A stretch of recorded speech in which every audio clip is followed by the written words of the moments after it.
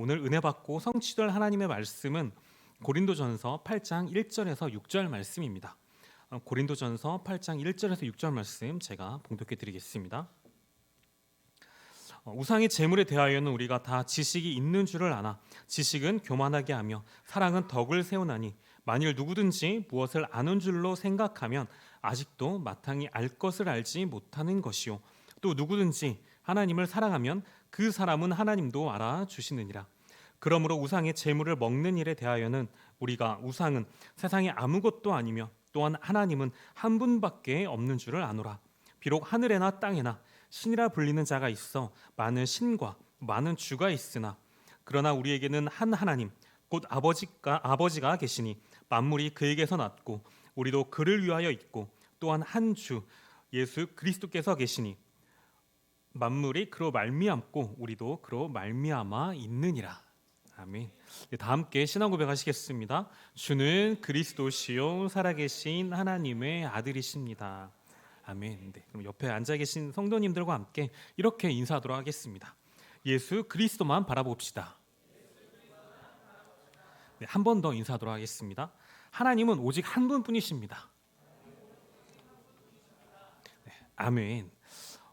감사합니다. 제가 생각했던 것보다 믿음이 약간 약했는지 굉장히 많이 오셨습니다. 설날 연휴임에도 불구하고 많이 와주신 여러분들에게 더욱더 큰 은혜가 임할 줄을 믿습니다. 네, 그럼 봉독해드린 말씀 가지고 오직 한 분이신 하나님이란 제목으로 함께 말씀을 나누도록 하겠습니다.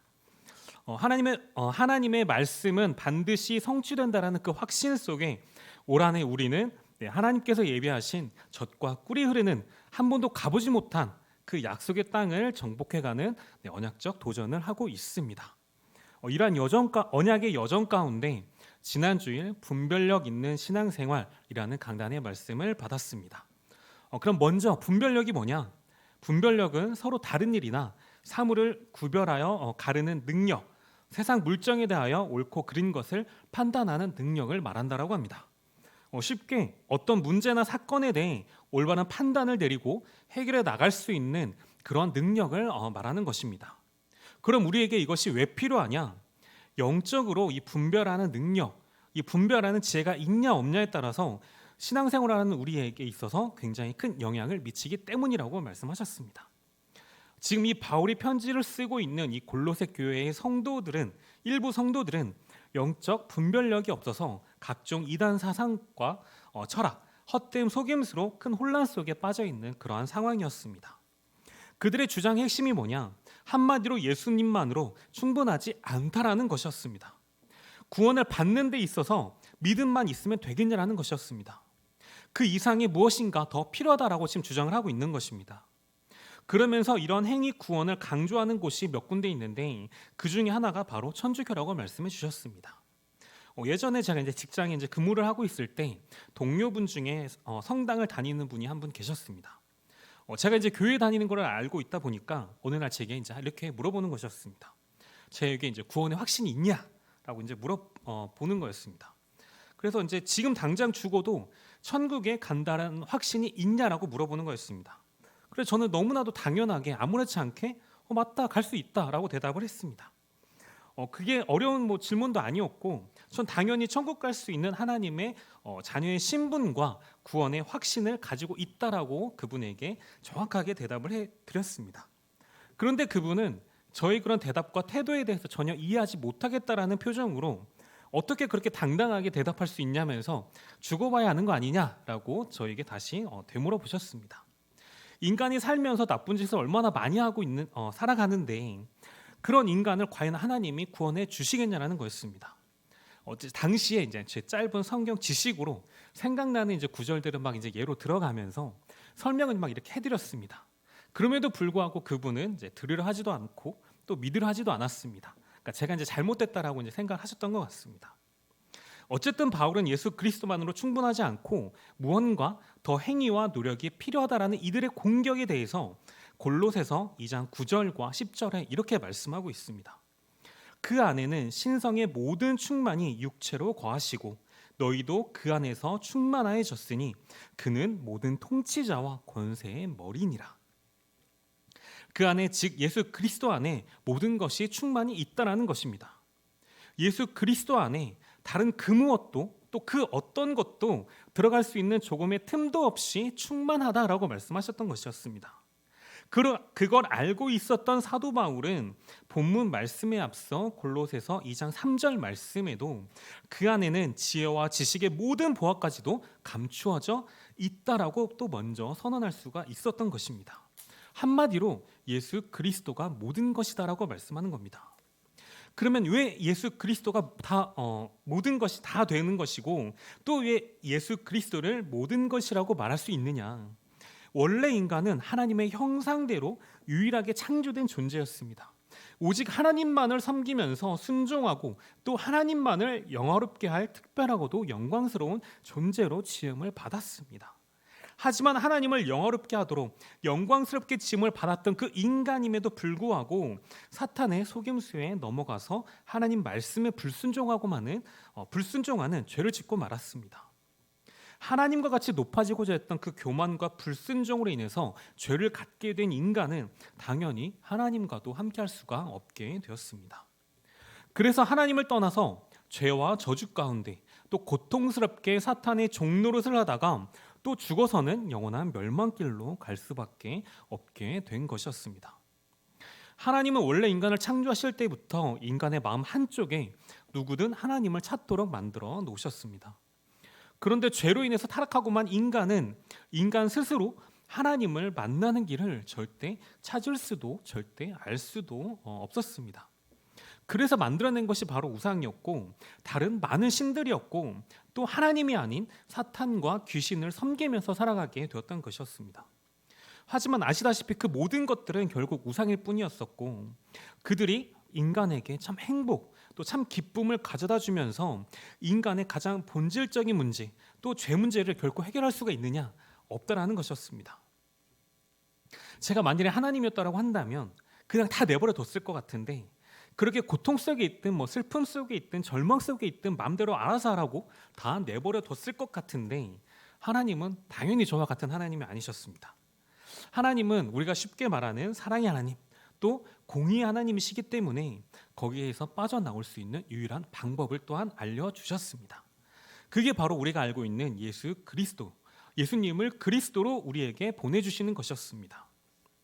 예수님께서는 인간의 근본 문제인 죄 문제, 사탄 문제, 그리고 하나님 떠난 문제를 완벽히 그리고 또 단번에 해결하시기 위해서 십자가에서 죽으시고 또 그리스도로 오셔서 이 모든 문제를 해결하셨다라는 그 증거로 3일 만에 부활을 하셨습니다. 그리고 그 그리스도로 이 땅에 오신 예수님을 믿기만 하면 창세기 1장 27절에서 28절 원래 인간에게 주셨던 하나님의 자녀로서의 신분과 권세와 또 모든 축복이 회복되게 하시겠다라는 것이었습니다. 그렇기 때문에 오직 예수 그리스도만이 모든 것이라는 겁니다. 그렇기 때문에 오직 예수 그리스도를 내 삶 속에 충만히 누려라라고 말씀하신 것입니다. 그럼 어떻게 사는 것이 예수 그리스도로 충만한 삶을 사는 거냐? 바로 우리의 모든 문제를 해결하신 예수 그리스도가 내 인생의 주인 된 삶을 살면 된다라는 것입니다. 즉 예수 그리스도가 내 안에 다른 게 들어올 수 없을 만큼 충만해지면 된다라는 것입니다. 그렇게 예수 그리스도가 내 인생에 충만해질 때 비로소 영적 분별력을 갖춘 그리고 즐겁고 또 그리고 행복한 신앙생활을 하는 삶을 살 수 있다라는 것입니다. 이 사실을 잊지 마시고 오직 예수 그리스도로 충만한 삶, 분별력 있는 신앙생활을 통해서 우리에게 주신 약속의 땅을 반드시 차지하시고 마는 여러분들 다 되시기를 주님의 이름으로 축복합니다. 네, 그럼 오늘 본문의 말씀으로 이제 다시 보시면 고린도 교회 성도들에게 문제가 하나 발생했다는 것을 우리가 알 수 있습니다. 그리고 그 문제는 더 나아가 교회 내 갈등을 이야기하고 있었습니다. 그게 뭐였냐? 바로 우상에게 제물로 바쳐진 고기를 먹어도 되는지 아니면 먹지 말아야 하는지에 대한 문제였습니다. 당시 고린도 지역은 헬라의 다른 도시들과 마찬가지로 종교적인 의식이 삶의 전반을 지배할 때였습니다. 특히 결혼이나 장례를 비롯한 많은 행사들 가운데 신들의 축복을 비는 종교 행위들이 많이 진행되어지고 있었고, 또 여기에 사용된 많은 고기들과 같은 제물들은 행사 후에 자신들이 먹거나 혹은 일부는 시장에 내다 팔기도 했습니다. 그렇게 우상에 바쳐진 제물을 먹는 것에 대해서 고린도 교회 안에서 의견이 둘로 갈라져 있던 상태였습니다. 한 부류는 오늘 본문에 기록된 것처럼 우상은 아무것도 아니고 하나님은 한 분밖에 계시지 않기 때문에 그 우상 제물을 먹는 것쯤이야 아무런 문제가 되지 않는다라는 것이었습니다. 그리고 다른 한 부류는 뭐였냐? 특히 믿음이 약했던 그들은 우상에게 바쳐진 음식을 먹으면 그 음식을 통해서 우상의 힘이 자신들에게 작용한다라고 생각을 하고 있었습니다. 그래서 그 음식을 먹기라도 한다면 영적인 삶에 결코 도움이 되지 못할 것이라고 느꼈기 때문에 차라리 처음부터 먹지 않는 것이 좋다라는 것이었습니다. 그럼 이제 우리는 어떻게 해야 되느냐? 먹어도 된다는 거냐? 먹지 말라는 거냐? 제가 이제는 기억도 가물가물한 이제 10대 이전에 이제 한 자리 숫자의 나이였을 때 아주 먼 옛날에 어렴풋이 기억나는 일이 하나 있었습니다. 시골에 산꼭대기 언저리쯤에 있던 마을에 살고 계시던 이제 한 친척분의 장례가 있어서 저희 가족들이 이제 다 같이 간 적이 있었습니다. 말 그대로 이제 제사가 끝나고 몇몇 어르신들이 음식을 이제 막 가져다 주시기 시작했습니다. 저는 그저 어린 마음에 그냥 맛있어 보이길래 한 입 먹으려다가 정말 크게 혼났던 적이 있었습니다. 어머니들도 그렇고 이모들도 그렇고 먹으면 큰일 난다는 거였습니다. 절대로 먹지 말라는 거였습니다. 아니 어린 나이에 그저 배가 고픈데 전 하나 먹었을 뿐인데 그게 그렇게 혼날 일인가? 네, 그랬던 적이 있었습니다. 아니 그래서 우리가 이제 제사 음식을 먹어도 된다는 거냐 안 된다는 거냐? 결론적으로 먼저 말씀을 드리면 우상의 제물을 먹는 것은 앞서 말씀드린 대로 아무것도 아니라는 겁니다. 그럼 왜 또 아무것도 아니냐? 사도 바울은 오늘 우리가 좀 전에 함께 읽은 본문 4절 말씀해 보시면 우상 그 자체가 아무것도 아니기 때문에 그 음식을 먹으나 안 먹으나 상관이 없다라고 말하는 것입니다. 그러면서 얘기한 또 다른 이유가 하나가 더 있는데 그게 뭐냐? 하나님이 오직 한 분밖에 안 계시기 때문이라는 거였습니다. 즉 하나님은 오직 한 분뿐이시고 우상은 반대로 아무것도 아니기 때문에 설령 우상에게 바쳐진 제물이라 할지라도 그걸 먹는 건 역시 우리에게 아무런 문제가 되지 않는다라고 말씀하는 겁니다. 하지만 그럼에도 불구하고 우리 주변에는 아직 믿음이 연약한 분들이 많이 있습니다.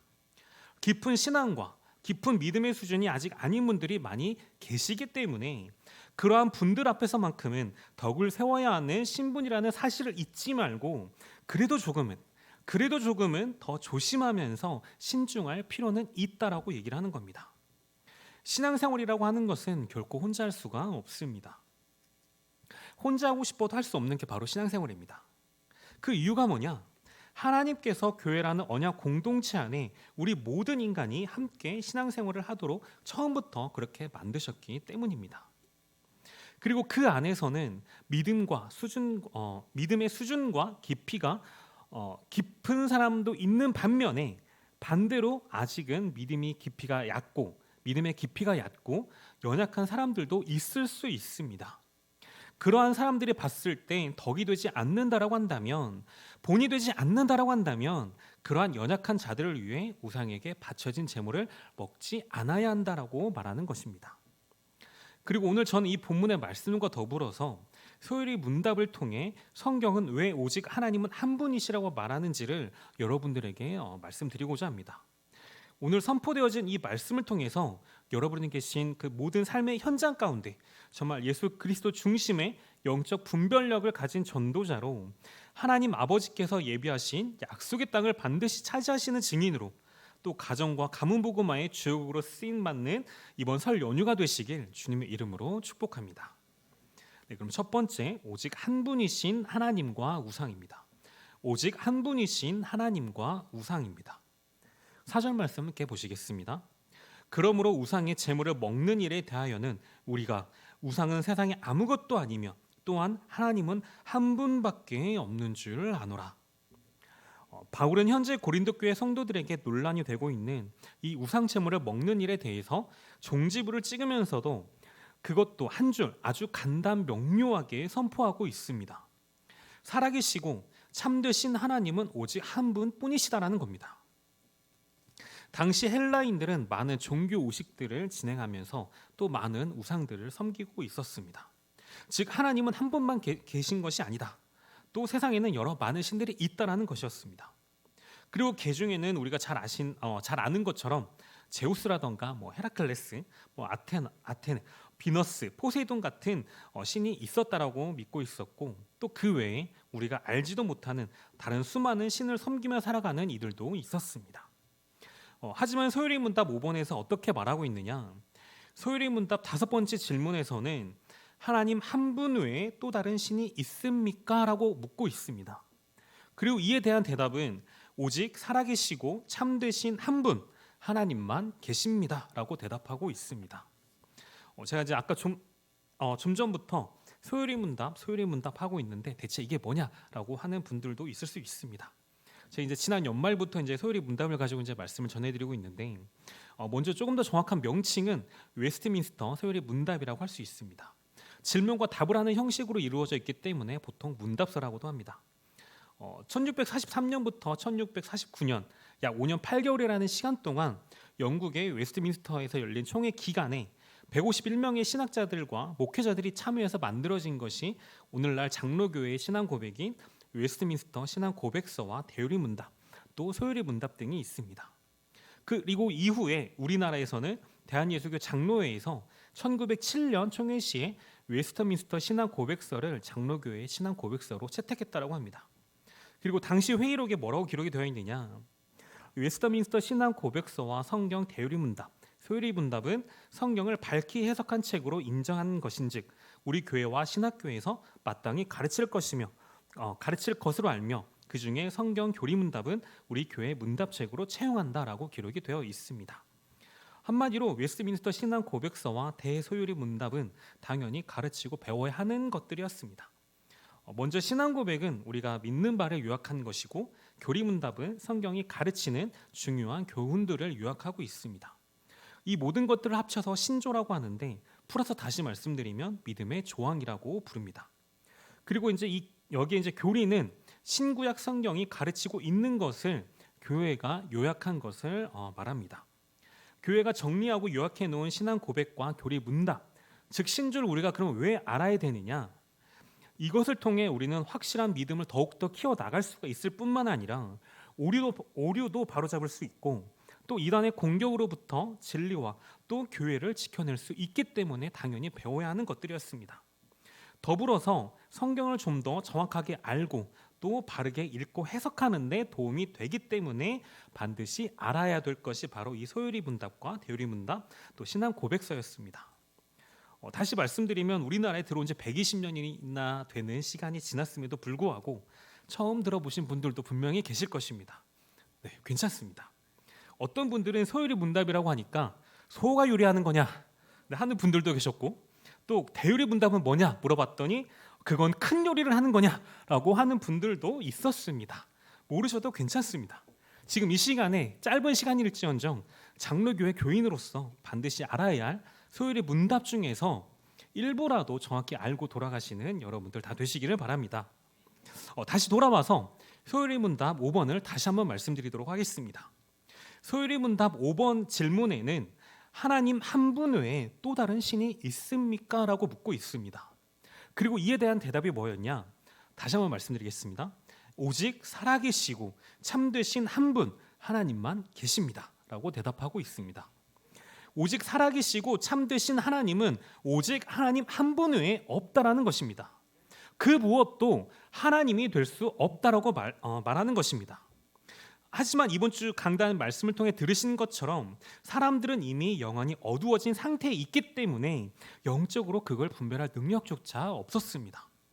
그들은 우상을 섬기면서도 그 사실조차 전혀 인지하지 못하고 있었고 알지도 못하고 있었고 심지어 그 우상을 눈에 보이는 신으로 눈에 보이는 형상으로까지 만들기까지 했습니다. 또한 조각하고 형상을 빚기도 하면서 눈에 보이는 형태로 만들어 놓은 데서 그치는 것이 아니라 그 앞에 가서 무릎도 꿇고 절도 하고 기도도 하면서 그 신들이 마치 자신에게 어떠한 이득이나 복을 가져다 줄 것처럼 굉장한 능력을 제공해 줄 것으로 굳게 믿으며 살고 있었다는 것입니다. 그런 사람들이 너무나도 많고 또 주변에 그렇게 우상 섬기는 일에 아무렇지 않은 듯 대수롭지 않게 살아가다 보니 너무나도 당연하게 우상에 바쳐진 제물을 먹는 것들조차도 아무렇지 않게 행동할 수 있었던 것이었습니다. 심지어 사람들은 하나님을 섬긴다 하면서도 여전히 우상을 섬기는 경우들이 많았다라는 것입니다. 하지만 이러한 상황에 예수님께서는 너무나도 단호하게 말씀하고 계십니다. 마태복음 6장 24절 말씀입니다. 한 사람이 두 주인을 섬기지 못할 것이니 혹 이를 미워하고 저를 사랑하거나 혹 이를 중히 여기고 저를 경히 여김이라. 너희가 하나님과 재물을 겸하여 섬기지 못하리라. 분명히 말씀하셨습니다. 한 사람이 두 주인을 섬기지 못할 것이다 라고 분명히 예수님께서는 말씀하셨습니다. 그러나 그때 그 지역의 사람들은 하나님과 우상을 겸하여 섬기는 것이 너무나도 대수롭지 않을 만큼 사회 전반에 퍼져 있는 상태였습니다. 또 지금 물론 이 자리에 함께 계신 우리 예원의 가족분들은 절대 그럴 일은 없지만 교회에 다닌다라고 하면서도 하나님을 섬긴다라고 하면서도 제 주위에 교회 다닌다라던 많은 사람들이 대부분 점집에 드나들거나 또 다른 눈에 보이지 않는 우상을 만들고 섬기는 분들이 많이 있었습니다. 그런 분들이 계셨기 때문에 그때나 지금이나 있었기 때문에 예수님께서는 이렇게까지 직접적으로 한 사람이 두 주인을 섬기지 못할 것이다 라고 말씀하고 있는 것입니다. 그럼 우상에는 두 가지 종류가 있습니다. 하나는 좀 전에 읽었던 본문의 그 4절 말씀과 같이 눈에 보이는 우상이 있습니다. 눈에 보이는 형상을 가진 우상 신상을 떡하니 만들어 놓고 그 앞에 음식도 차려놓고 제사를 지내기도 합니다. 당시 고린도 지역에는 그러한 종교 의식이나 행사들이 많았다는 것이고 그 제사 지낼 때 썼던 제물 그 음식들을 자기들끼리 거리낌 없이 나눠 먹거나 혹은 시장에 내다 팔고 있었다는 것입니다. 그게 무슨 말이냐? 한마디로 하나님을 섬긴다라고 하면서 혹시나 하는 마음에 아주 혹시나 하는 마음에 그렇게라도 하면 그 우상 신들 중에 누구 하나는 자신을 좀 어떻게 도와주진 않을까? 뭔가 그래도 잘했다라고 복을 주진 않을까 하는 바람이 있었다는 뜻입니다. 이런 고린도 교회의 모습을 보면서 오늘 사도 바울은 뭐라고 얘기를 하고 있느냐? 살아계시고 참되신 하나님은 오직 한 분밖에 없다라고 선포하고 있는 것입니다. 이렇게 눈에 보이는 우상이 있다라고 한다면 반대로 눈에 보이지 않는 우상도 있습니다. 쉽게 말하면 돈이나 성공, 명예, 권력과도 같은 눈에 보이지는 않지만 우리를 유혹하고 또 넘어뜨리며 하나님으로부터 멀어지게 만드는 우상이 분명 있다라는 것입니다. 우리가 돈을 버는 그 행위 자체가 결코 나쁜 것은 아닙니다. 잘못된 것은 결코 아닙니다. 하지만 돈으로 거의 모든 것을 할 수 있다 보니 자신도 모르게 사람이 어떻게 변해가느냐, 우리가 속칭 표현합니다. 돈의 노예라고. 나도 모르는 사이에 그 돈의 노예가 되어서 어떻게든 열심히 모아보려고, 어떻게든 부귀영화를 누려보겠다고 죽어라 고생하며 노력합니다. 하지만 더 잘 아시는 것처럼 사람들은 더 많은 돈을 가지려고는 하지만 그것이 참된 행복과 참된 평안, 참 기쁨을 결코 가져다 주지는 못한다는 것입니다. 오히려 그것을 지키기 위해서 더 많은 고통이 따르기도 합니다. 그러다 보니까 우리가 이제 쉽게 접할 수 있는 영화나 드라마의 단골 소재로 그런 내용들이 많이 인용이 되고 있습니다. 재벌집 망하는 이야기, 또 회사 부도나는 이야기, 또 주주들에게 쫓겨나는 재벌 이야기들이 많은 소재로 활용되기도 합니다. 그런데 그걸 이렇게 보고 있노라면 부자는 망해도 3대는 간다더라 하더니 다시 슬그머니 복귀해서 해피엔딩으로 대부분 끝나기는 합니다. 그래서 이제 그런 걸 보면서 저도 옛날에 그런 상상을 한번 해봤던 적이 있었습니다. 쫓겨나도 좋으니까 제발 재벌의 삶을 한 번만 살아봤으면 좋겠다. 우리 집에도 방이 많아서 오늘은 이 방, 내일은 저 방, 저 방에서 자야지 하면서 행복한 고민도 한번 해보고, 그럼 청소는 누가 하냐? 우리 집에 일해 주시는 분들도 계셨으면 좋겠다. 기사 아저씨가 있었으면 좋겠다. 아니 그러면 정말 그렇게라도 한 번이라도 살아본다라고 한다면 더 멋지게 바울처럼 내가 세상 거 다 가져봤더니 부질없더라. 그거 다 배설물이다. 오직 그리스도만이 최고다 라고 하면서 전도와 선교를 더 열심히 할 수 있지 않았을까라는 상상을 잠깐 해본 적이 있습니다. 그런데 하나님은 뭐라고 말씀하시느냐? 골로새서 3장 5절 말씀해 보니까 그러므로 땅에 있는 지체를 죽이라. 곧 음란과 부정과 사욕과 악한 정욕과 탐심이니 탐심은 우상 숭배니라. 사도 바울이 지금 이 얘기를 하고 있는 대상이 누구냐? 바로 골로새 교회의 성도들이었습니다. 그 말이 무슨 말이냐? 아무리 하나님을 믿는다고 하나님의 자녀로 즉 교인이나 성도라고 할지라도 누구나 우상 숭배하는 일에 빠질 위험에 노출되어 있다라는 것입니다. 그래서 뭐냐? 한마디로 좀 전에 제 탐심과도 같았던 그 상상은 결국 우상 숭배였다라고 대놓고 말씀하시는 것이었습니다. 사람은 누구에게나 욕심이 있습니다. 그 욕심 때문에 오직 한 분이신 하나님께 온전히 집중하지 못하기도 합니다. 그렇기 때문에 이번 주 강단 말씀과 같이 오직 그리스도에게 초점을 맞추지 않으면 더더욱 안 된다라고 말씀하시는 겁니다. 그렇기 때문에 오직 예수 그리스도에게만 충만해져야 된다라고 말씀하는 겁니다. 그렇기 때문에 오직 예수 그리스도가 우리 인생의 주인이 되어야 된다라고 말씀하시는 겁니다. 그렇지 못하고 하나님이 아닌 다른 무언가에 사로잡히게 되면 그게 바로 우상이 되기 쉽다라는 것입니다. 눈에 보이는 것뿐만 아니라 눈에 보이지 않는 것 또한 우리가 하나님 중심이 되지 않으면 우상으로 쉽게 변질될 수 있다라고 말하는 것입니다. 그런 우리에게 사도 바울은 오늘 본문 말씀 4절을 통해서 뭐라고 강조하여 말하느냐? 우상은 세상에 아무것도 아니다라고 말하는 것입니다. 특히 여기서 주목할 것이 있는데 바로 아무것도 아니다라는 말을 주목해야 됩니다. 이 문장의 헬라의 원어의 뜻은 속이 텅 비었다라는 뜻을 가지고 있다라고 합니다. 그 안에는 아무것도 없다라는 뜻입니다. 아무것도 없기 때문에 그 우상은 전혀 가치가 없다라는 말도 되는 것입니다.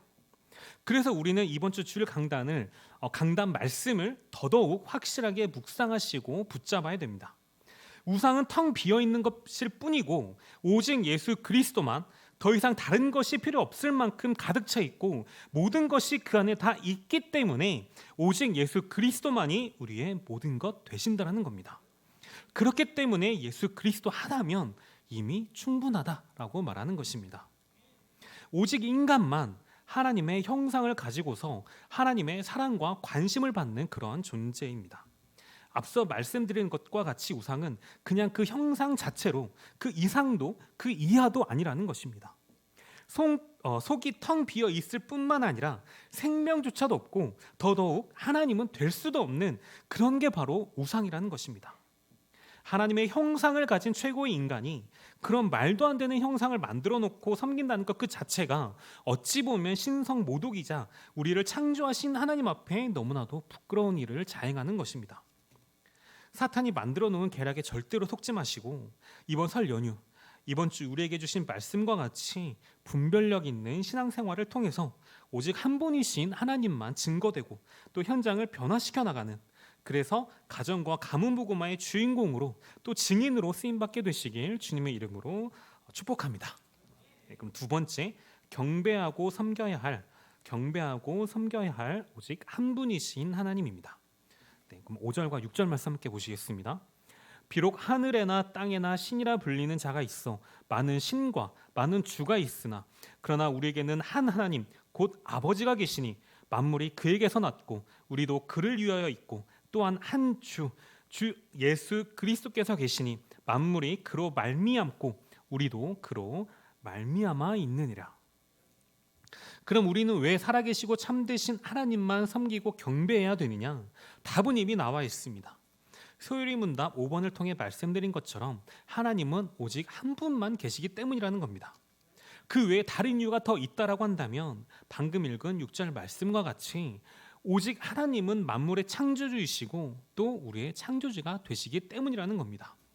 우리의 영과 혼을 영육과 육체를 만드신 분이시기 때문이라는 겁니다. 그래서 우리는 그런 하나님을 뭐라고 부르냐? 바로 아버지라고 부릅니다.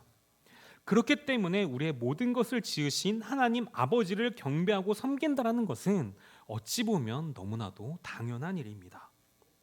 6절 말씀을 다시 보시면 그러나 우리에게는 한 하나님 곧 아버지가 계시고 만물이 그에게서 났고 우리도 그를 위하여 있다 하고 말씀하는 것입니다.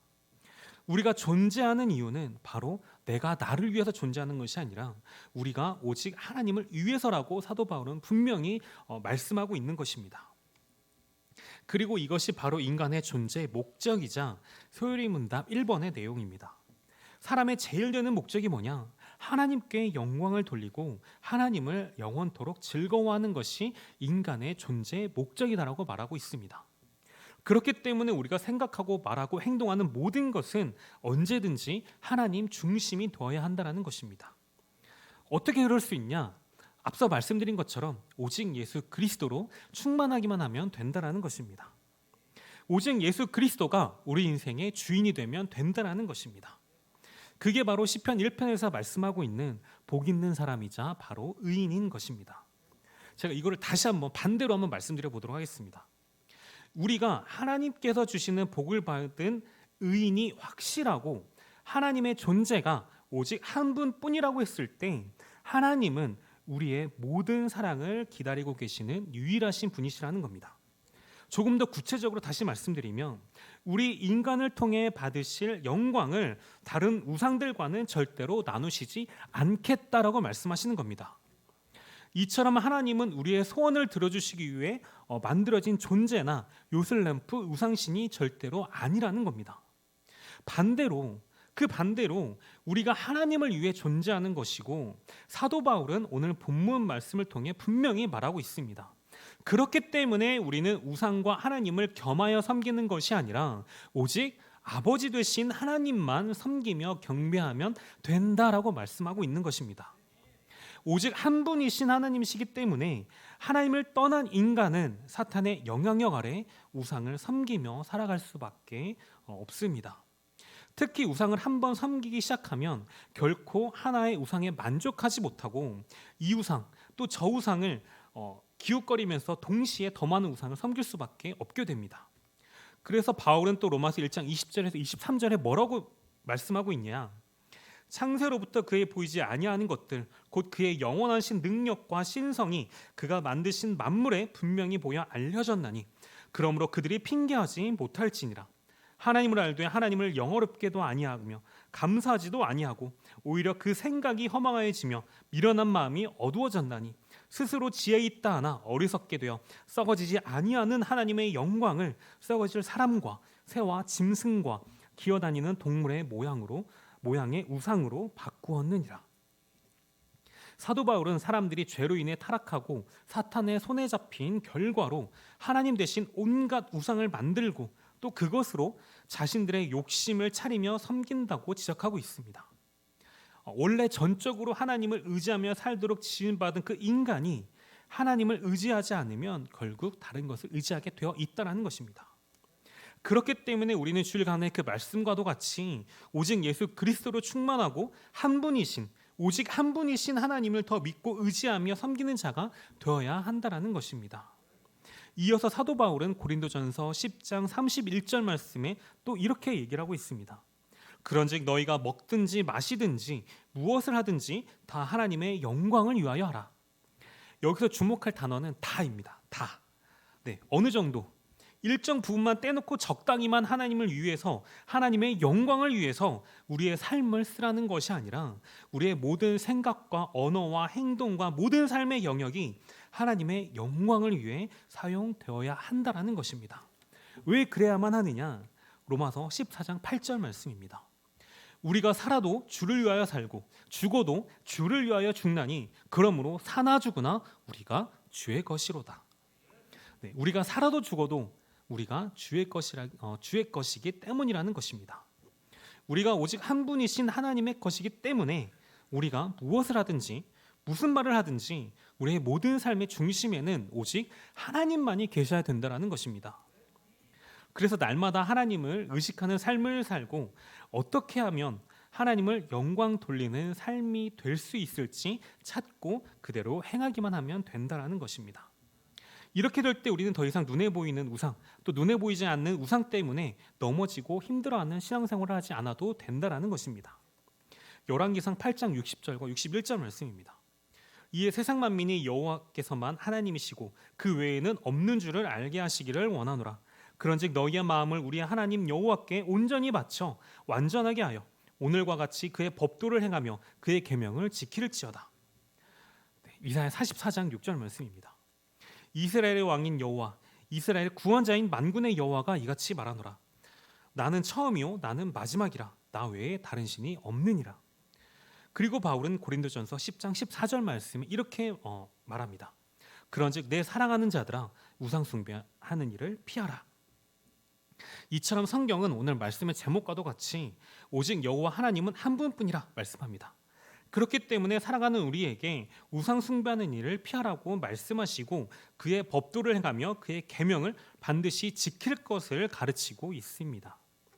오늘 이 시간 이 즐거운 설 명절에 오늘 주신 이 말씀과 같이 어디에 계시든지 가정과 가문의 모든 우상은 다 끊어내 버리시고 오직 살아계시고 진실하신 하나님 외에 다른 신은 없음을 인정하고 또 그 하나님의 말씀으로 내 영혼과 삶을 충만히 채우시는, 그래서 가정과 가문 복음화의 그 약속의 땅을 반드시 차지하시는 여러분들 다 되시기를 주님의 이름으로 축복합니다.